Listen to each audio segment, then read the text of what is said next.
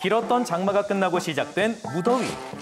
이맘때쯤이면 빼놓을 수 없는 것이 있습니다.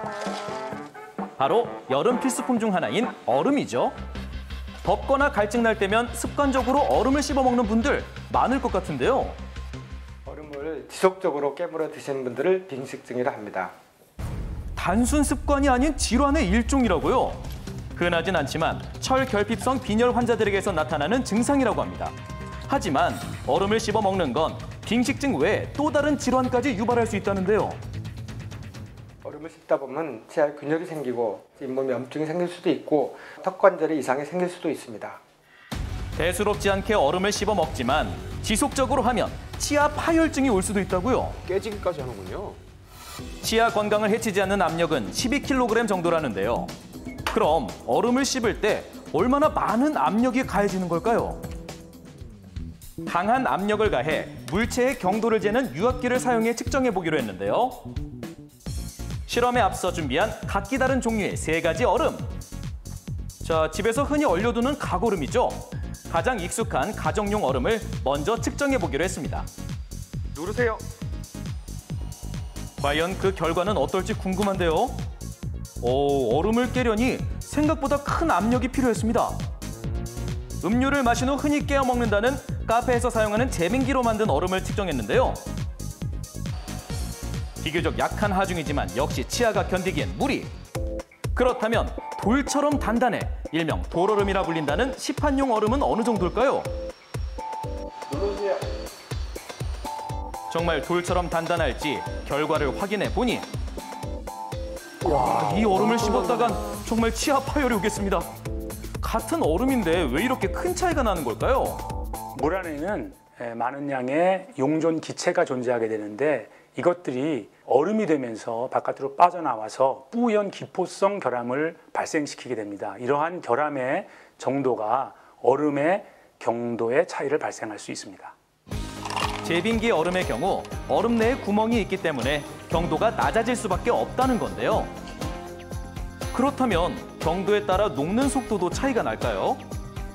앞서 준비한 얼음으로 실험한 결과 제빙기 얼음이 가장 빨리 녹았습니다. 카페 얼음의 경우에는 얼음의 중앙에 구멍도 뚫려 있고 상대적으로 표면적이 더 넓은 상태입니다. 그래서 물과 더 많이 접촉하게 되고 더 빨리 녹게 되는 것입니다. 여름철 마시는 시원한 음료엔 필수가 된 얼음. 혹시 그 음료에 따라서 녹는 속도의 차이가 있진 않을까요? 그래서 준비했습니다. 생수와 커피, 그리고 탄산음료인데요. 상온에 두었던 음료들을 각각 400ml의 동일한 양으로 준비해봤습니다. 넣으세요. 크기가 같은 각얼음을 컵마다 3개씩 넣고 실험해봤습니다. 과연 어떤 음료에 들어있는 얼음이 더 빨리 녹을까요?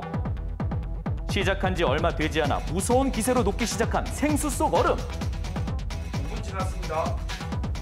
단 5분 만에 거의 다 녹은 것을 볼 수 있었습니다. 하지만 커피와 탄산음료의 얼음은 아직 남아있죠? 자, 결과는 어떨까요? 5분 정도 경과를 더 지켜보기로 했습니다.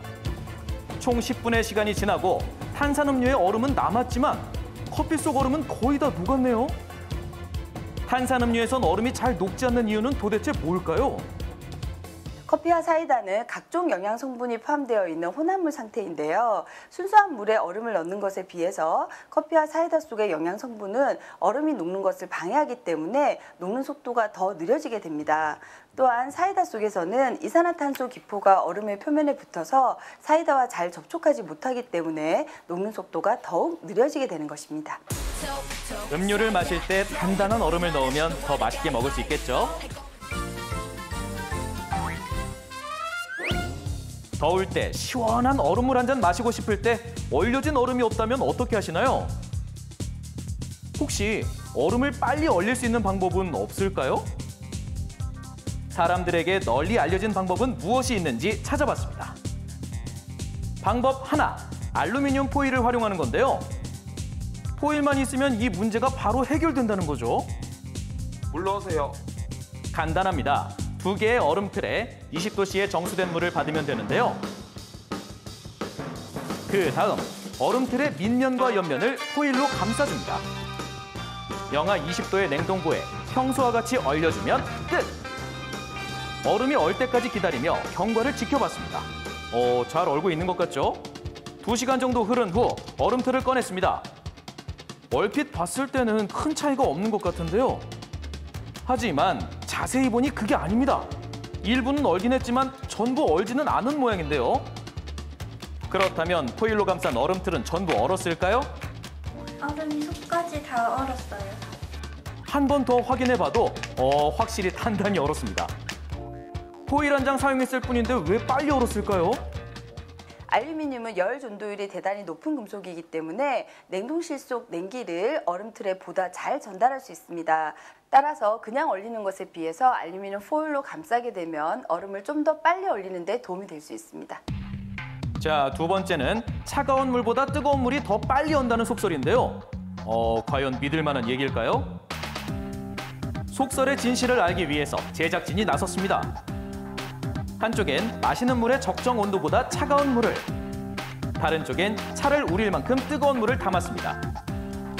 실제로도 속설처럼 뜨거운 물이 더 빨리 올까요?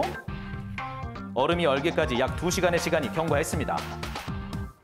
자, 냉동고에서 꺼내보니 한눈으로 봐도 뜨거운 물이 빨리 얼은 것을 확인할 수 있었는데요. 그렇네요. 이유가 뭘까요? 뜨거운 물은 찬물에 비해 대류 현상이 더 활발하기 때문에 물의 안쪽까지 골고루 냉각이 시작될 수 있습니다. 그리고 또한 물의 온도가 높을수록 더 빨리 에너지를 외부로 방출하기 때문에 찬물에 비해서 오히려 뜨거운 물이 더 빨리 얼게 되는 것입니다. 얼음을 활용하는 건 먹을 때뿐만이 아니죠.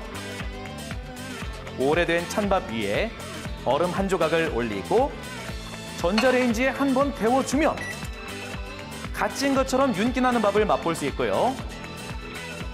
시간이 지나 시들시들해진 채소는 얼음 가득 넣은 물에 담근 후 여러 번 세척해주면 더 싱싱해진 채소를 먹을 수 있다는 것 기억해 두세요.